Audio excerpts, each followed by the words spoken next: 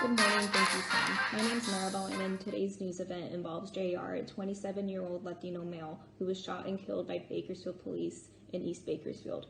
This incident occurred October 6 of 2020.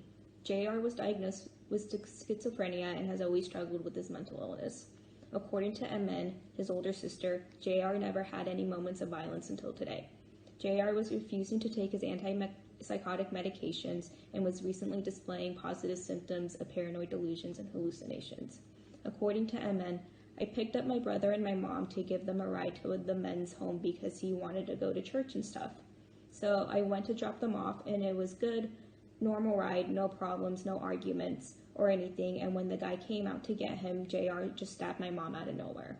Their mother was stabbed several times and was taken to a local hospital. After the stabbing, JR took off with the knife in his hand. MN said she had no other choice but to call the police. When she made the phone call, she said that she was clear that her brother had schizophrenia and was in an active phase and having an acute schizophrenic episode. According to the officers, they tried to take him into custody and tried to talk him down with nonviolent means. JR did not cooperate, and that is when one of the officers shot him 4 times in the abdomen. MN states, I feel if someone is charging you with a knife, 1 shot to the leg or 1 shot to the hand or shoulder is enough to disarm someone, you know. I just think officers' motto is to shoot and kill. I hate to feel that way because I have family that's in law enforcement, but I just can't see 4 shots to an abdomen for someone who's holding a knife. She later states she regrets calling the police because her brother is now gone. MN reports that her mother had surgery, and according to her healthcare providers, she is expected to survive.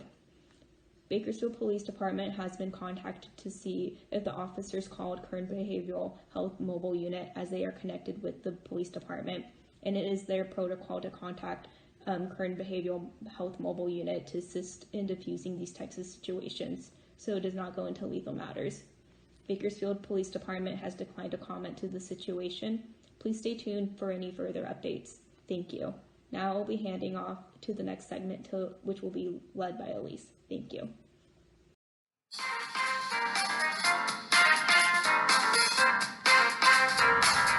Thank you, Maribel. That is a sad example of how schizophrenia impacts our community today. New information regarding effective cognitive treatment for schizophrenia has surfaced today from a study published in September of 2020. As previously stated in other segments, auditory hallucinations are a common positive manifestation of schizophrenia disorder and make it incredibly challenging for people to accomplish their daily tasks.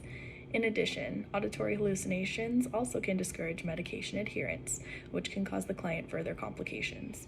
Approximately 70% of clients affected by schizophrenia disorder experience auditory hallucinations, and 35% of them persist to antipsychotic use.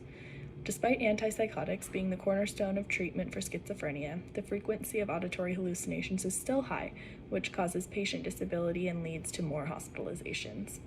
For those who are not sure about what an auditory hallucination can consist of, here are the 3 major characteristics of auditory hallucinations that can make everyday living a challenge.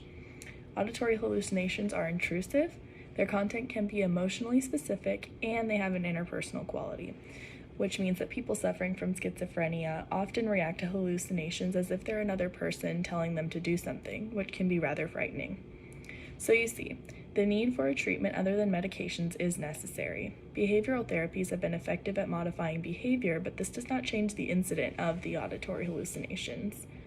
Acceptance and commitment therapy, or ACT, is a cognitive behavioral therapy that focuses on changing the client's relationship with the voices rather than the voices themselves.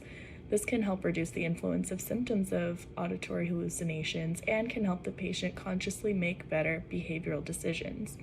In other words, ACT helps to create a toolbox, if you will, of coping mechanisms that patients can use when they experience auditory hallucinations in order to decrease the stimulation and react better. The study was conducted at El Memera Hospital for Psychiatric Medicine in Alexandria, Egypt. A random sample of 70 male inpatients with schizophrenia was selected and divided equally into a study and control group.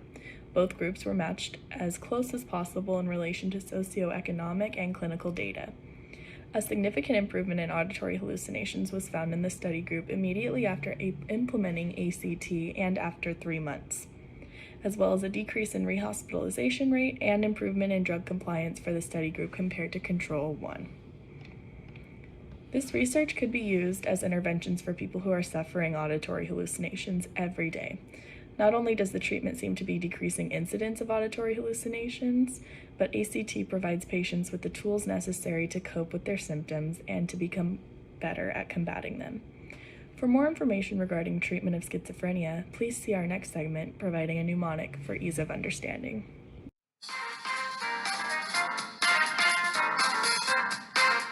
So for my part, I would like to present some easy mnemonics in regards of the first-line medication for treating the symptoms for schizophrenia. So for schizophrenia, we often use typical or first-generation antipsychotics or atypical or second-generation antipsychotics. And even though there are a number of exceptions, most antipsychotics block dopamine receptors in the brain, which will lead to the decreased dopaminergic neurotransmission. So in the clinical settings, you can see that typical antipsychotics are used with caution and often only in severe cases because typical antipsychotics pose the increased risk for extrapyramidal effects and weight gain. So that's the reason why we often see doctors would be more likely to prescribe atypical antipsychotics for schizophrenic patients. All right, so let's talk about some common medications from the typical antipsychotic groups, and those are chlorpromazine, haloperidol, and fluphenazine. And the way I remember this medication is that I try to form a visual image of things that have the pronunciation that sounds similar to the drug name. So for example, chlorpromazine, I would picture a colorful magazine. So colorful magazine, chlorpromazine.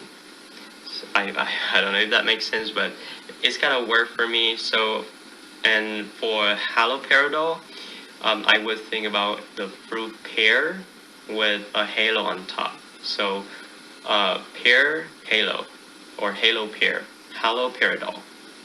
And then for the last medication, fluphenazine, I think about a person who got sick from the flu but still want to go to his or her fencing practice. So fluphenazine. So I hope that helps. Alright, so for, let's see. Alright, so for atypical antipsychotics, I have 5 common medications for you. And those are risperidol, very common, olanzapine, clozapine, risperidone, and aripiprazole. And the mnemonic is ROCZA, O-R-O-C-Z-A, or I put it as radioactive oranges castrate zealous apples. So just imagine there are 2 teams. One team is apple team and one team is orange team. And I know the orange team just tried to castrate the apple teams. So again, so I have 5 common medications for atypical antipsychotics, and those are risperidone, olanzapine, clozapine, and ziprasidone, and aripiprazole.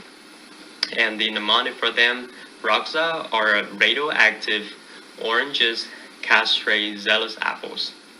Okay? Alright, so just a quick note before I end the presentation. So in the atypical antipsychotic group, clozapine is a quite special drug. So clozapine was the first second generation introduced into the market, and although considered the most effective antipsychotic, it is not the first line due to a small chance of dangerous side effects, such as agranulocytosis and cardiac toxicity. So if you see the doctor prescribe clozapine, it's often only used for individuals who had failed to respond to at least 2 other antipsychotic medications.